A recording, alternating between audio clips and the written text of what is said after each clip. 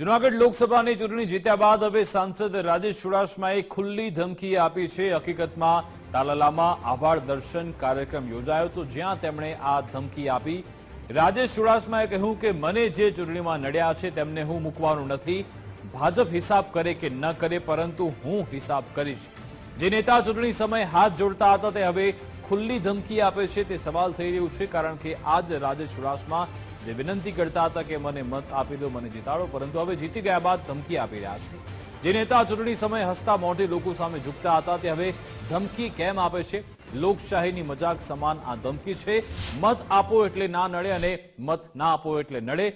શું આ સ્થિતિ છે? શું આ જ રીતે તમે ડોક્ટર અતુલ ચગને પણ ધમકાવતા હતા? તે પણ એક મોટો સવાલ છે। શું આવી રીતે જ ધમકી આપીને તમે રાજકારણ કરશો? રાજેશભાઈ, રાજકારણ કરવાની આ તમારી કોઈ રીત નથી। ચૂંટણીમાં લીડ ના મળી એટલે હવે ડરાવશો અને ધમકાવશો? એક સાંસદ તરીકે રાજેશભાઈ, તમને આ શોભે છે ખરું? ચૂંટણી જીતવા માટે જનતાના કામ કરવા પડે રાજેશભાઈ, આ બાહુબલી સ્વભાવ ગુજરાતનો શું ચાલશે ખરા? કઈ દિશામાં આપ જઈ રહ્યા છો તે એક સવાલ છે। આ 10 વર્ષમાં તમને જે કોઈ પણ ખાટા ઓટકાર આવ્યા હોય એ એક પણ ખાટો ઓટકાર આવનારા સમયમાં નહીં આવવાનો, ભગવાન માધવભાઈની સાક્ષી એ કહું। અને એ પણ કહું છું કે ભારતીય જનતા પાર્ટી હિસાબ કરે કે ના કરે, પણ હું આ 5 વર્ષમાં મને જે નડ્યા છે એમને મૂકવાનો નથી, એ પણ આ જાહેર મંચ પરથી કહું છું। રાજેશ ચુડાસમાના ધમકી ભર્યા નિવેદન પર હીરા જોટવાએ જવાબ આપ્યો છે। હીરા જોટવાએ કહ્યું કે લોકશાહીને ના શોભે એ રીતની વાત રાજેશ ચુડાસમાએ કરી છે। સાંસદ ઘમંડમાં આવી ગયા છે અને એટલા માટે જ આવા નિવેદન કરે છે। સાંસદ રાજેશ ચુડાસમા પર ગંભીર આક્ષેપ લગાવ્યા। સાંસદને મત ના મળ્યા હોય એવું બને, જે કંપનીમાં કામ ચાલે છે તેમાં ધંધો બરાબર નહીં થયો હોય તેવું હીરા જોટવાએ કહ્યું।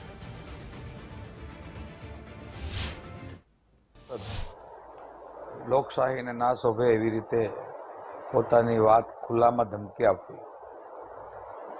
જે સાંસદ તરીકે લડતા હોય યા કોઈ ચૂંટણી લડતા હોય ત્યારે લોકો પાસે વિનમ્રતાથી ને હાથ જોડીને મત માંગતા હોય, એ મત માંગતી વખતેનો એમનો શેરો, એમનો ફોજ લ્યો અને પછી ચૂંટાઈ ગયા પછી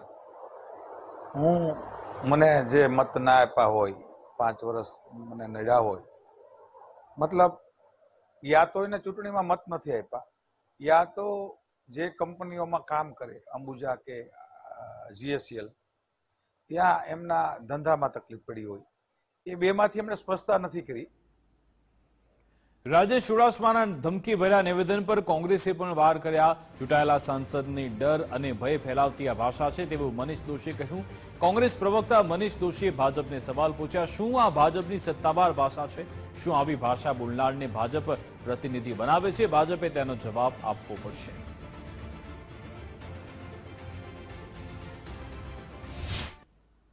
એ ભાષા સમગ્ર વિસ્તારની અંદર ડર અને ભય ફેલાવવા માટેની છે। ચૂંટણી જીતવા માટે ડર અને ભય ફેલાવતી ભાજપા અને એમના પ્રતિનિધિઓ અને ચૂંટાયા પછી પણ ડર અને ભય ફેલાવવાની માનસિકતા ધરાવતા ભાજપાના પ્રતિનિધિને અને ભાજપાને પૂછવા માંગુ છું, શું આ ઇન્સાની ભાષા એ ભાજપાની સત્તાવાર ભાષા છે?